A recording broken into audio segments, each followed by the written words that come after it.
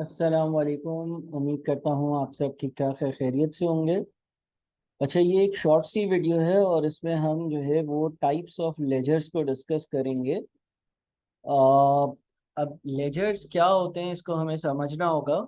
और उससे पहले हमें बुक्स ऑफ प्राइम एंट्री की और टी अकाउंट्स की जो नॉलेज है, यानी कि जो बेसिक बुनियादी अकाउंटिंग की चीज़ें वो पता होनी चाहिए। तो उम्मीद है कि आपको बेसिक अकाउंटिंग की चीज़ें पता होंगी। अब हम ये डिस्कस करते हैं कि अकाउंटिंग में हमारे पास कितने तरह के लेजर्स होते हैं जिनको हमें देखना होगा। तो जैसे कि आपके सामने स्क्रीन पर नज़र आ रहा है, हमारे पास अकाउंटिंग में तीन तरह के लेजर्स होते हैं। ठीक है, हमारे पास अकाउंटिंग में टोटल तीन तरह के लेजर्स होते हैं और उनका नाम होता है रिसीवेबल्स लेजर। अच्छा, रिसीवेबल्स लेजर को जो है वो हम लोग सेल्स लेजर भी बोलते हैं। रिसीवेबल्स लेजर को हम सेल्स लेजर भी बोलते हैं। इसी तरह से पेबल लेजर को हम परचेज लेजर भी बोलते हैं। और फिर जनरल या मेन लेजर जिसको हम लोग नॉमिनल लेजर भी बोलते हैं। अब रिसीवेबल लेजर क्या है? It contains all individual customers accounts to whom we sell inventory on credit in it.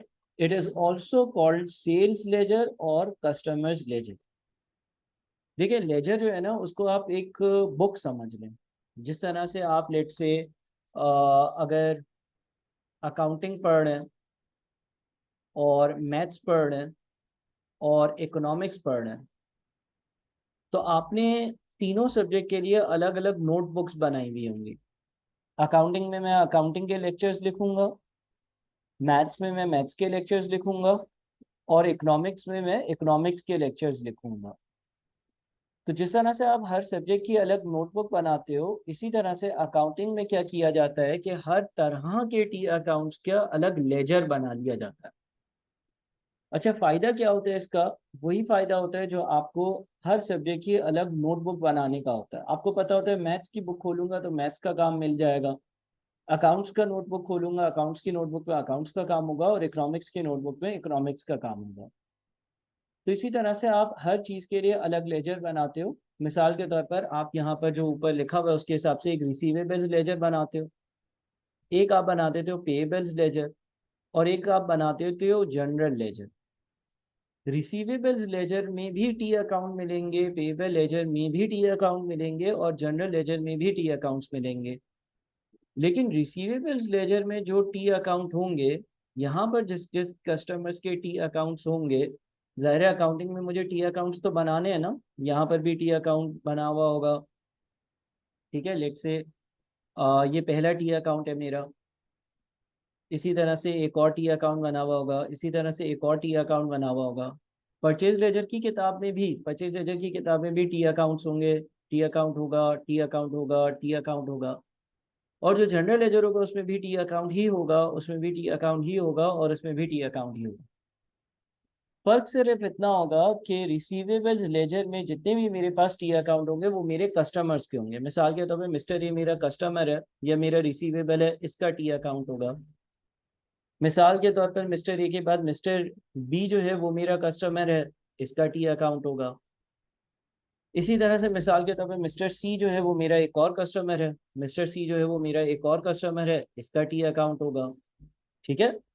तो जो मेरे पास रिसीवेबल्स लेजर होगा, उसमें जितने भी मेरे रिसीवेबल्स है ना, उन रिसीवेबल्स के टी अकाउंट्स होंगे।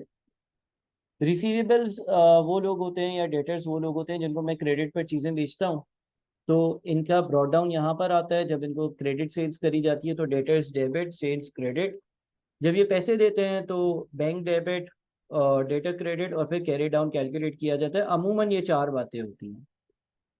इसी तरह से परचेजेस जो लेजर होगा, उसमें फॉर एग्जाम्पल मैं मिस्टर डी से चीज़ें खरीदता हूँ, ये मेरा पेएबल है कोई, इसका टी अकाउंट होगा।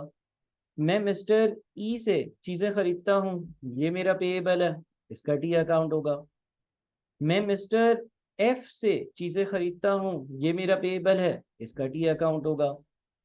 ये वो लोग होते हैं जिससे मैं चीज़ें परचेज करता हूँ क्रेडिट पर, कैश पर नहीं। तो अगेन इनके जो टी अकाउंट्स होंगे उसमें यहाँ पर ब्रॉट डाउन होगा। जब हम परचेजेस करते हैं तो परचेजेस डेबिट और पेएबल्स को क्रेडिट करते हैं तो यहाँ पर परचेजेस लिखा हुआ आ रहा होगा।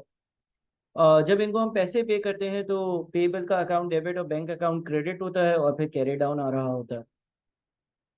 देखिए हम यहाँ पे लिखा हुआ है रिसीवेबल्स लेजर क्या होगा, it contains all individual customer accounts to whom we sell inventory on credit in it. It is also called sales ledger और कस्टमर्स लेजर। फिर पेएबल लेजर लिखा हुआ है, it contains all individual supplier accounts from whom we purchase inventory on credit in it. It is also called purchases ledger और suppliers ledger. Purchase ledger जो है उसमें हमारे जितने भी इंडिविजुअल सप्लायर्स हैं, क्रेडिटर्स हैं, अकाउंट्स पेएबल्स हैं जिनसे मैं चीज़ें खरीदता हूँ, केटी अकाउंट्स हैं। और फाइनली एक चीज़ है जनरल लेजर। जनरल या मेन लेजर के बारे में लिखा हुआ है, it contains all the other accounts of assets, liabilities, income, expenses, capital and drawings. It is also called nominal ledger. इसमें बाकी सारी चीज़ों के अकाउंट होंगे। इसमें सेल्स का अकाउंट होगा, इसमें मोटर व्हीकल का टी अकाउंट होगा, ठीक है। इसी तरह से इसमें इलेक्ट्रिसिटी का टी अकाउंट होगा, सारे टी अकाउंट होंगे। तो होता ये है कि भाई कंपनीज में रिसीवेबल संभालने की जिम्मेदारी किसी और को दी हुई होती है, पेबल्स को संभालने की जिम्मेदारी किसी और को दी हुई होती है, और दूसरे टी अकाउंट संभालने की जिम्मेदारी किसी और को दी हुई होती है। और जिस तरह से हमने एग्जांपल ली कि भाई अकाउंटिंग, मैथ्स और इकोनॉमिक्स का काम अलग अलग नोटबुक में करूंगा तो मेरे लिए आसानी होगी, जब जिस काम को रेफर करना होगा मैं डायरेक्टली उधर पहुंचूंगा। इसी तरह से लेजर्स भी काम करते हैं। तो आई होप आपको बात समझ में आई होगी। अपना बहुत ख्याल रखिएगा। Thank you so much. अगली वीडियो में मजीद चीज़ें डिस्कस करेंगे।